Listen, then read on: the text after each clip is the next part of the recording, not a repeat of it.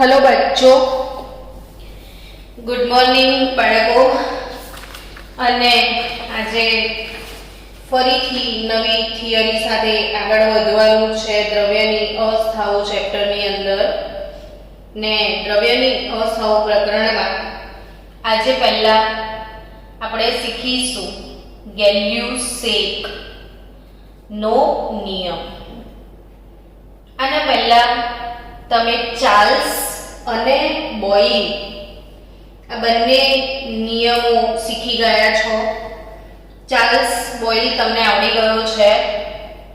Revision કરી લઈએ તો બોઇલ એટલે P ચલે છે 1/v, ચાર્લ્સ એટલે કે V ચલે છે T, અને બોઇલ અને ચાર્લ્સ પછી નવું નજરાણું તમારા માટે ગેલ્યુસેક છે, અને ગેલ્યુસેકનો નિયમ એટલે P ચલે છે T।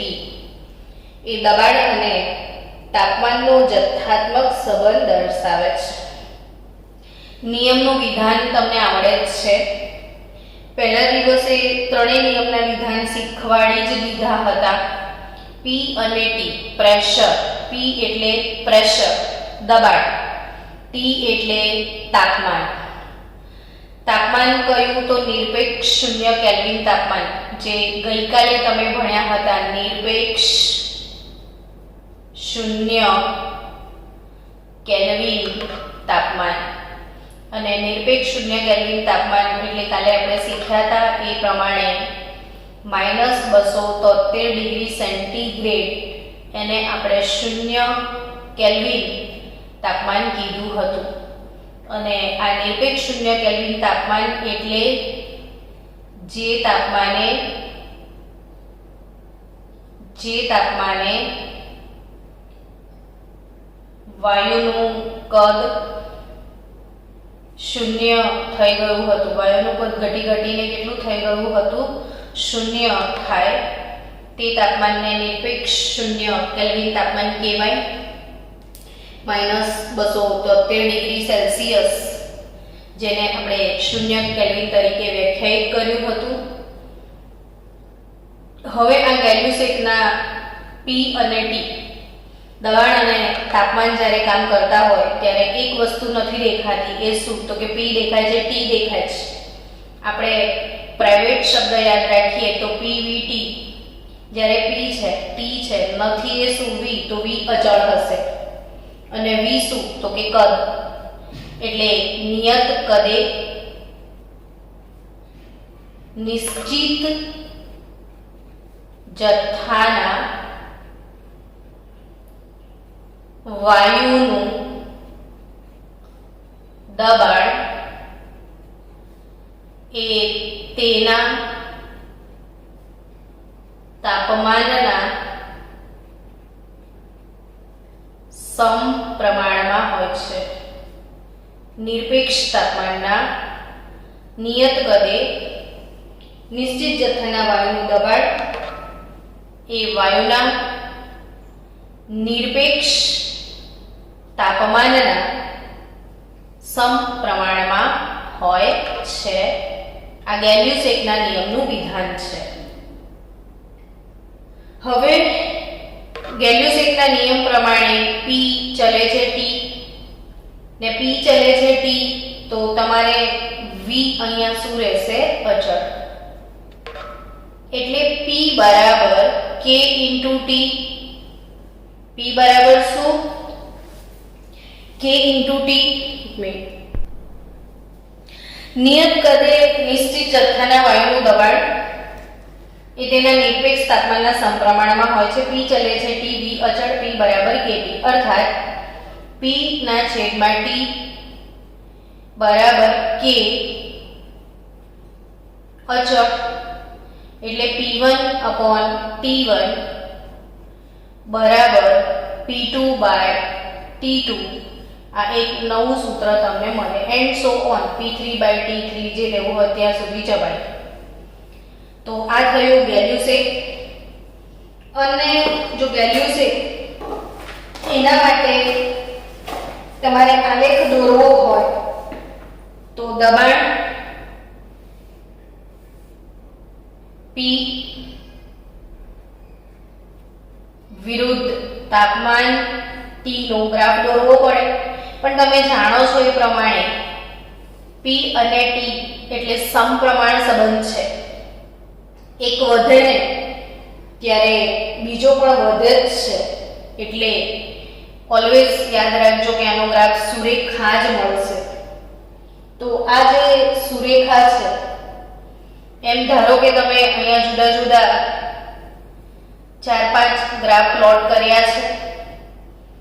કદ V4, કદ V3, કદ V2, કદ V1. તો પરીક્ષામાં આવી રીતે તમને ગ્રાફ આપે ને પ્રશ્ન પૂછે કે આમાં V1, V2, V3 વચ્ચે શું સંબંધ છે. તો આલેખમાં દર્શાવ્યા મુજબ યાદ રાખજો કે જેમ અહીંયા તાપમાન વધશે, જેમ તાપમાન વધે છે એમ દબાણ વધે છે. એ ગ્રાફ તો બતાવી જ રહ્યો છે. પણ જો તમે કદમાં વધારો કરશો તો V ચલે છે T, V ચલે છે T, કદ વધશે. જેમ તાપમાન વધશે તો એમ કદ પણ વધશે જ.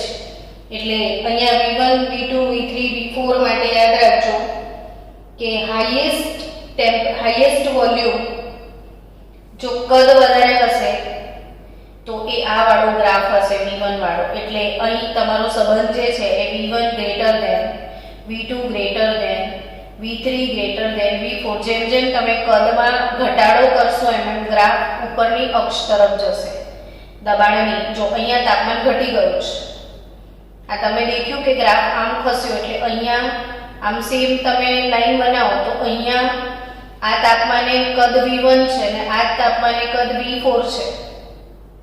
તો એ વખતે દબાણ પાછું શું છે? P1. એટલે એ સંબંધ અહીંયા સમજવાનો છે તમારે કે સેમ તાપમાને આનું દબાણ વધારે છે અને આનું દબાણ ઓછું છે.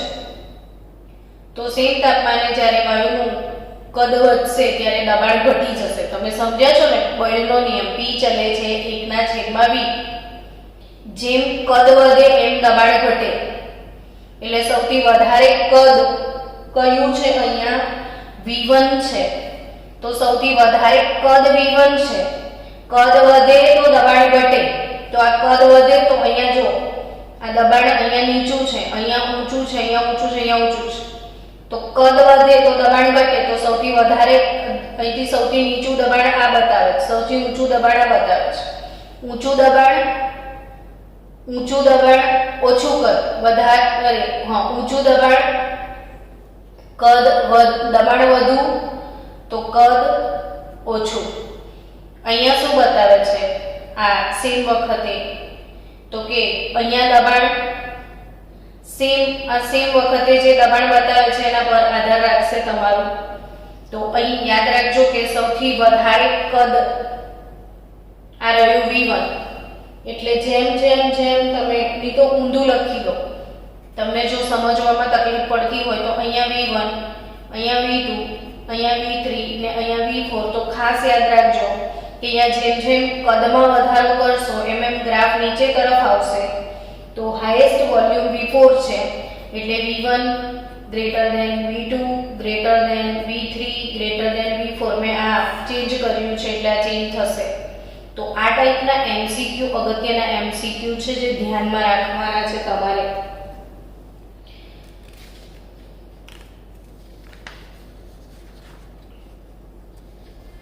હવે આગળ વધીએ ચાર્લ્સ અને ગેલ્યુસેકના એટલે દાખલા ગણીએ એટલે થોડી પ્રેક્ટિસ થઈ જાય તમારે.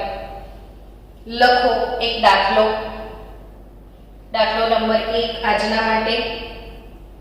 127 ડિગ્રી સેલ્સિયસ તાપમાને 127 ડિગ્રી સેલ્સિયસ તાપમાને ઓક્સિજન વાયુનું કદ 3 લિટર છે. જો તેનું કદ અડધું કરવું હોય, જો તેનું કદ અડધું કરવું હોય તો તાપમાન કેટલું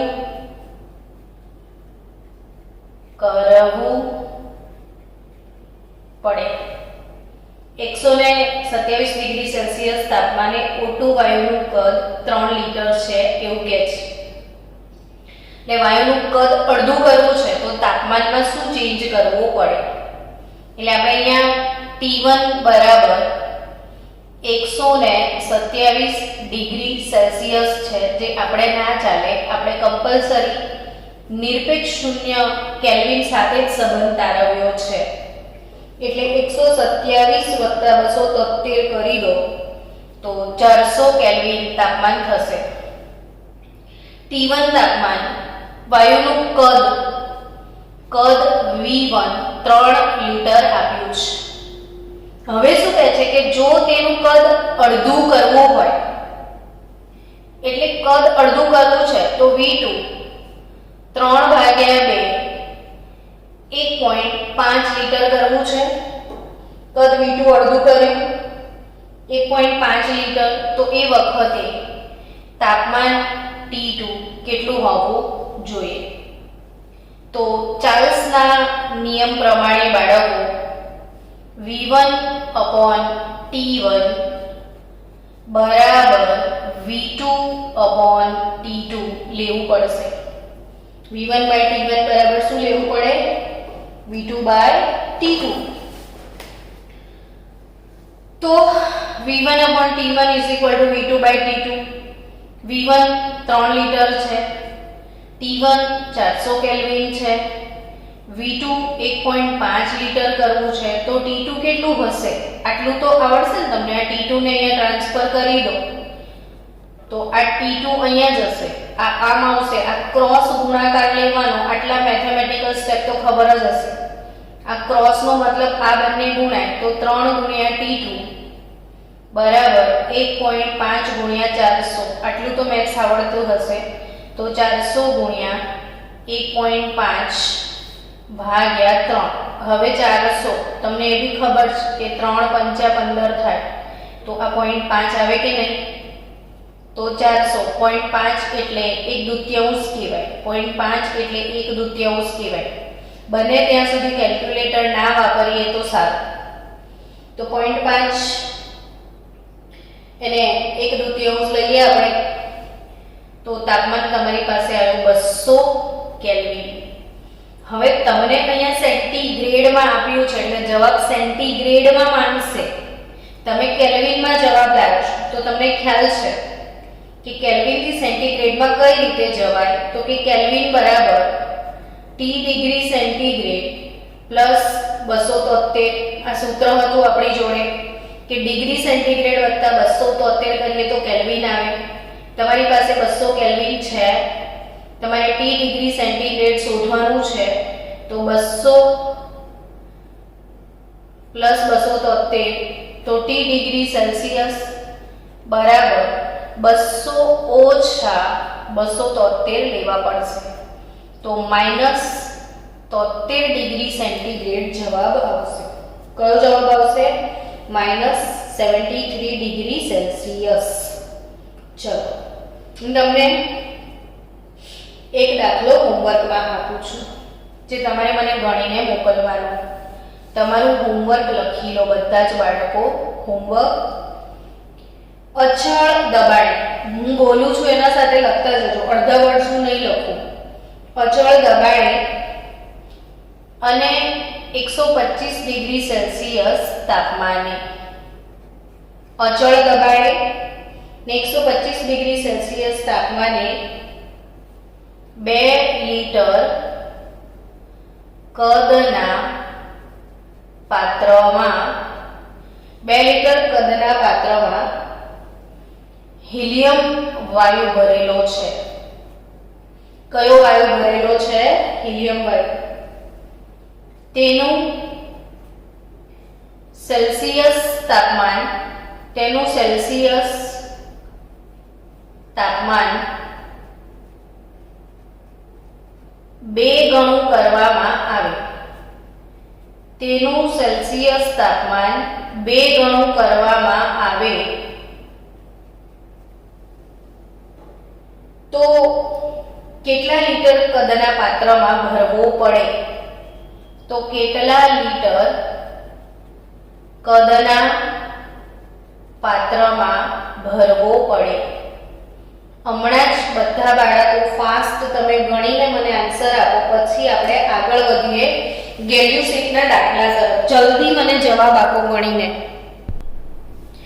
જો 125 ડિગ્રી સેલ્સિયસ તાપમાન છે, બરાબર?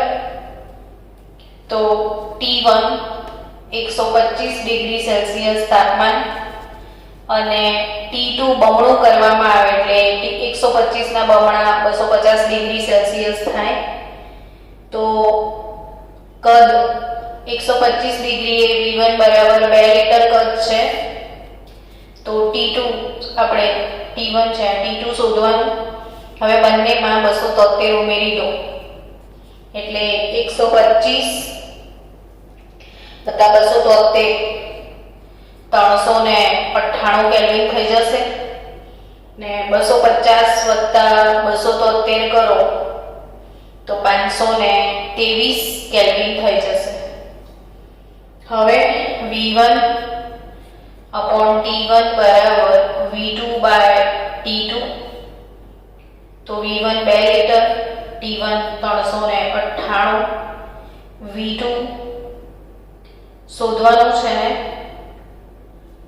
આપણે શું શોધવાનું છે? V1 2 લીટર, V2 શોધવાનું છે ને T2 523. તો V2 2 ગુણ્યા 523 ભાગ્યા 398 તો 2.628 લીટર જવાબ આવે. 2.4 ના આવે જવાબ, 2.4 નહીં 2.628 લીટર. તો ફરીથી ગણી લો ધ્યાનથી. T1 125 ડિગ્રી સેલ્સિયસ છે, T2 આપણે 125 થી વધારીને બમણું કર્યું 250. બંનેને કેલ્વિનમાં કન્વર્ટ કરી દો. હવે V1 2 લીટર છે, V2 શોધવાનું છે. તો ચાર્લ્સના નિયમ પ્રમાણે V1 upon T1 બરાબર V2 upon T2. તો V2 તમને 2.628 લીટર મળશે. ડન? ઓકે. ચલો બાળકો, એકાદ દાખલો તમારી ટેક્સ્ટબુકમાં હશે જ. તો તમારી ટેક્સ્ટબુકનો દાખલો છે 5.2, એ પણ આપણે ગણી લઈએ તો જોડે જોડે કામ પતી જાય. આમ તો ગણેલો જ છે.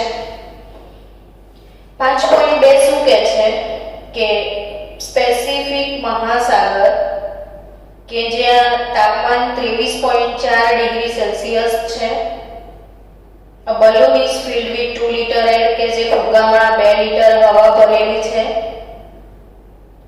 તો એ જે ફુગ્ગો છે એનું વોલ્યુમ શું થશે જો જહાજ 26.1 ડિગ્રી સેલ્સિયસે પહોંચે છે? તો કદ V1 2 લીટર,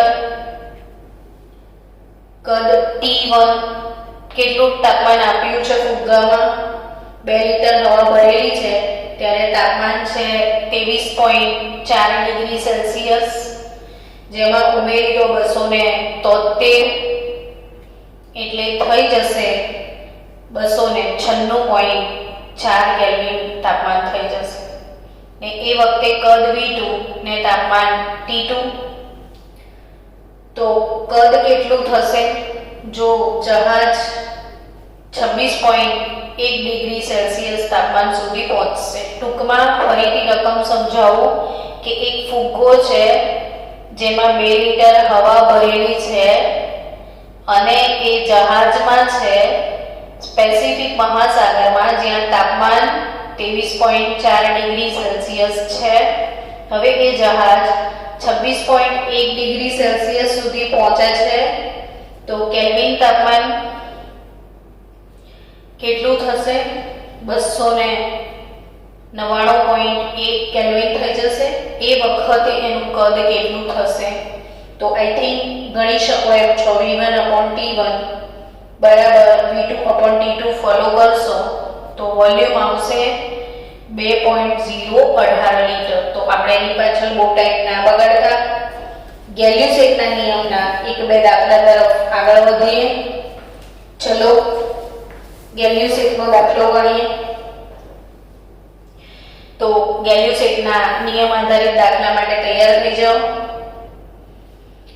કે 2 લીટર કદના એક બંધ પાત્રમાં 2 લીટર કદના એક બંધ પાત્રમાં 2 લીટર કદના એક બંધ પાત્રમાં નાઇટ્રોજન વાયુ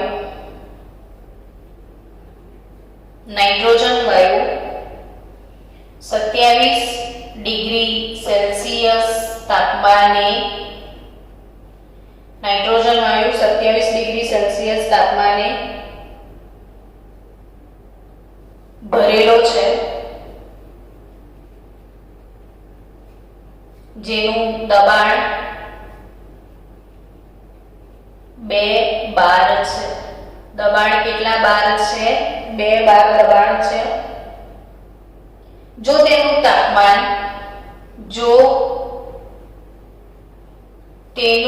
તાપમાન 77 ડિગ્રી સેલ્સિયસ કરવામાં આવે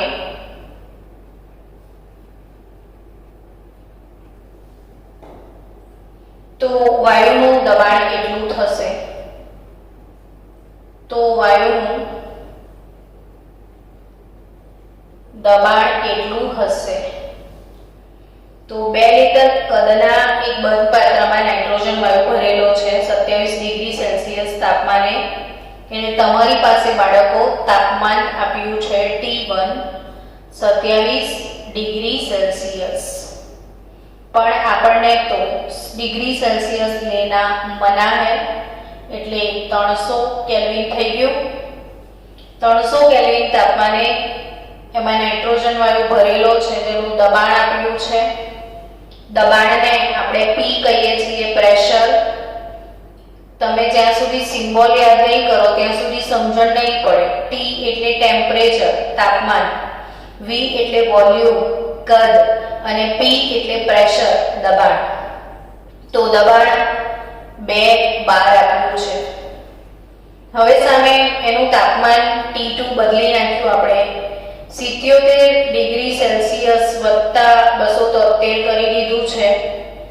તો 77 પ્લસ 273 કરશો તમે તો 350 કેલ્વિન તાપમાન તમને મળ્યું છે. તો એ વખતે પ્રેશર P2 કેટલું થશે? ચલો 2 મિનિટ આપી ગેલ્યુસેકનો નિયમ અપ્લાય કરો. P1/T1 બરાબર P2/T2. જવાબ આપો. સાચો આવે છે કે નહીં જોઈએ. તમારો જવાબ તમને ગણતા આવડે છે કે નહીં એ જોવું છે. જલ્દી 2 મિનિટ આપી જવાબ આપો. 33 બાર. તો ગણતરી તમારી ફાસ્ટ હોવી જ જોઈએ, ના કેમ હોય. P1/T1 બરાબર P2/T2. તો P2 કેટલું કરશો તમે? P2 શું મળશે તમને? તો P1/T2 T1. તો P1 છે તમારી પાસે 2, T2 છે 350 ને T1 છે 300. તો 150 અને 350 ડિવાઇડેડ બાય 150 કરો તો 5 7 35, 7 5 30 ને 3 5 15, 7/3, 3 દુ 6, 1 વધ્યું તો 2.33 બાર દબાણ થશે. સમજ્યા? ચલો બીજો એક દાખલો ગણીએ. મજા આવે છે ને દાખલા ગણવાની, તો ગણતા જઈએ. બીજું શું કરીએ? થોડું એક દાખલો હજી. લખો, તમારે જાતે મને જવાબ આપવાનો છે. 400 કેલ્વિન તાપમાને 400 કેલ્વિન તાપમાને લખજો, મારી સાથે જવાબ આપજો. 5 લીટર કદના 5 લીટર કદના બંધ પાત્રમાં 5 લીટર કદના બંધ પાત્રમાં Cl2 વાયુનું દબાણ 4 બાર છે. ક્લોરીન વાયુનું દબાણ 4 બાર છે. જો તેનું દબાણ વધારીને 5 બાર કરવું છે, જો દબાણ વધારીને 5 બાર કરવું છે, તો તાપમાન કેટલા ડિગ્રી સેલ્સિયસ રાખવું જોઈએ? જે બાળક સાચો જવાબ આપશે એને સિલ્ક ચોકલેટ આપવામાં આવશે. ફાસ્ટ જે આન્સર આપે એને જવાબ, જે પરફેક્ટ આન્સર આપે એને આજે શ્યોરલી બહુ બધી ચોકલેટ આપીશ. જોઈએ ફાસ્ટ.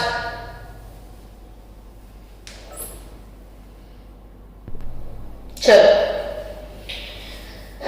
તમે આન્સર લઈ આવ્યા છો. માઇનસ શું આન્સર આવ્યો? માઇનસમાં તો નહીં આવે. 500 કેલ્વિન, કેલ્વિનમાં આન્સર તમારો 500 કેલ્વિન આવ્યો હશે. અને degree Celsius 227 degree Celsius answer ઘણા બધા વિદ્યાર્થીઓ લઈ આવ્યા છે. ચોકલેટ લઈ જજો. નેક્સ્ટ ટોપિક તરફ આગળ વધીએ. હવે આજે આગળ બીજું શું ભણવાનું છે મેડમ? થતું હશે નહીં એવું? તો આગળ એક નિયમ છે, એવોગેડ્રોનો નિયમ. આ ભણી લઈએ આજે. એવોગેડ્રો શબ્દ પ્રકરણ 1 માં તમે સાંભળ્યો હશે, હે ને? યાદ આવ્યું તમને? એવોગેડ્રો આંક, નંબર ઓફ એવોગેડ્રો Na બરાબર 6.022 ગુણ્યા 10⁻23 અને આ એવોગેડ્રો અચળાંક તરીકે ઓળખાય છે. અને કોઈ પણ પદાર્થનો જો 1 મોલ હોય તો એમાં કણોની જે સંખ્યા છે, 1 મોલની અંદર એ આટલા નંબર ઓફ કણ એમાં હોય છે. આ એવોગેડ્રો 1811 કઈ સાલ? 1811 માં ડાલ્ટનનો સિદ્ધાંત અને ગેલિયોસેટનો સંયોજકતા કદનો નિયમ, આ બે તારણને ભેગા કરવાનો પ્રયત્ન કર્યો હતો. અને આ બે તારણને ભેગા કરીને એવોગેડ્રોના નિયમની કંઈક સમજૂતી મળે છે.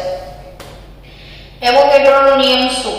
તો કે બોઇલિંગ V ચલે છે 1/P, ચાર્લ્સ V ચલે છે T, ગેલિયોસેટ તો કે તમે કહેશો P ચલે છે T. તો હવે એવોગેડ્રો એટલે શું? તો કે V ચલે છે N.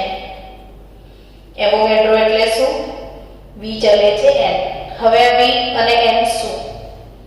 તો કે V એટલે કદ અને N એટલે શું? તો કે N એટલે અણુની સંખ્યા. આમ તો કણોની સંખ્યા તમે લઈ શકો, કણોની સંખ્યા. પછી એ અણુ પણ હોઈ શકે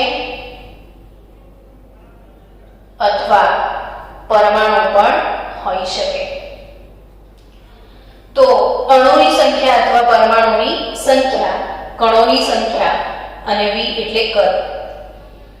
હવે એનો અર્થ સમજીએ કે ઓક્સિજન વાયુ, નાઇટ્રોજન વાયુ,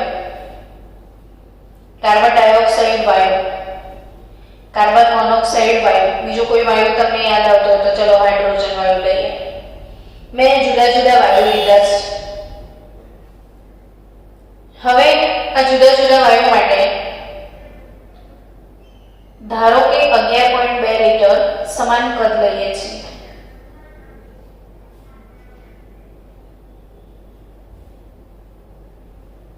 દરેક વાયુ માટે કદ સમાન રાખ્યું છે 11.2 લીટર. બરાબર. તમને કોઈ ક્વેશ્ચન પૂછે કે 11.2 લીટર O2 વાયુમાં અણુઓની સંખ્યા કેટલી? સહજતાથી આવો પ્રશ્ન થાય કે 11.2 લીટર ઓક્સિજન વાયુમાં અણુઓની સંખ્યા કેટલી? આવો પ્રશ્ન થાય. તો એ કઈ રીતે નીકળી શકે 11.2 લીટર? તો તમને એક વસ્તુ મેં શીખવાડેલી છે કે કોઈ પણ પદાર્થનો 1 મોલ હોય. 1 મોલ ઓક્સિજન વાયુ છે ધારો કે, તો આ 1 મોલ ઓક્સિજન વાયુનું STP પ્રમાણભૂત તાપમાન અને દબાણે કદ કેટલું? તો યાદ રાખો, હંમેશા 1 મોલ વાયુ હોય તો એનું કદ 22.4 લીટર જ થાય. 1 મોલ વાયુ હોય તો એનું કદ કેટલું થાય? 22.4 લીટર જ થાય.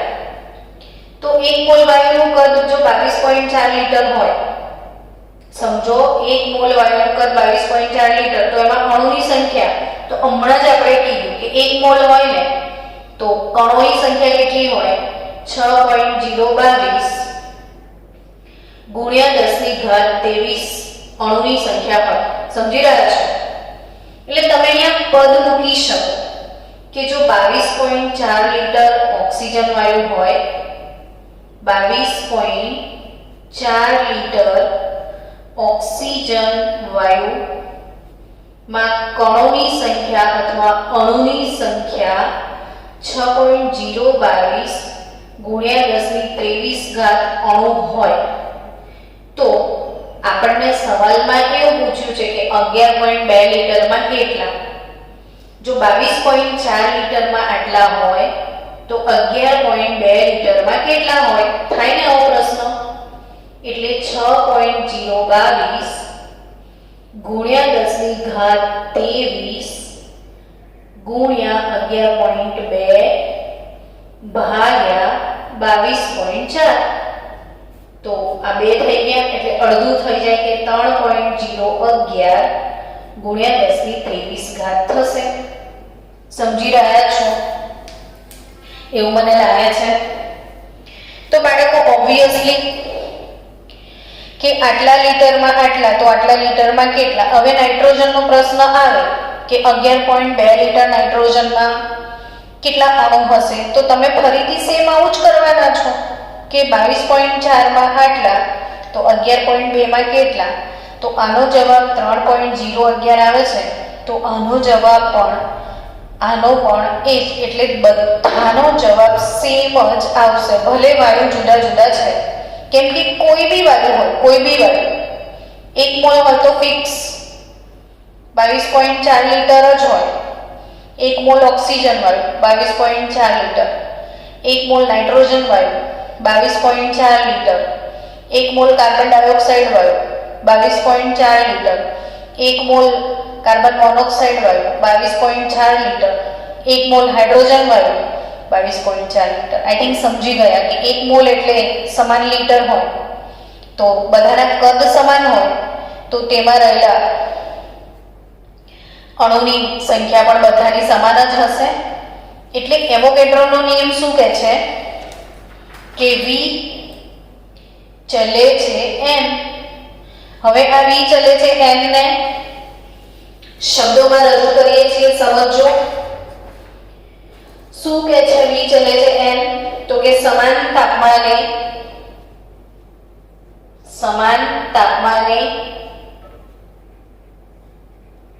અને દબાણે સમાન તાપમાને તાપમાને અને દબાણે સમાન કદ ધરાવતા, જો વાયુઓનું કદ સમાન હશે તો સમાન કદ ધરાવતા બધા જ વાયુઓમાં અણુની સંખ્યા સમાન હશે. સમાન તાપમાને અને દબાણે સમાન કદ ધરાવતા બધા જ વાયુઓમાં અણુની સંખ્યા સમાન જ હોય. એટલે કે V ચલે છે n, તો V બરાબર Kn કહી શકાય. ને V બરાબર Kn એટલે એવોગેડ્રોના નિયમમાં સપ્રમાણતા અચળાંક છે અને આને એવોગેડ્રો નિયમનું ગાણિતીય સ્વરૂપ કહી શકાય. તો બાળકો, એવોગેડ્રોનો નિયમ અહીંયા પૂરો થાય છે.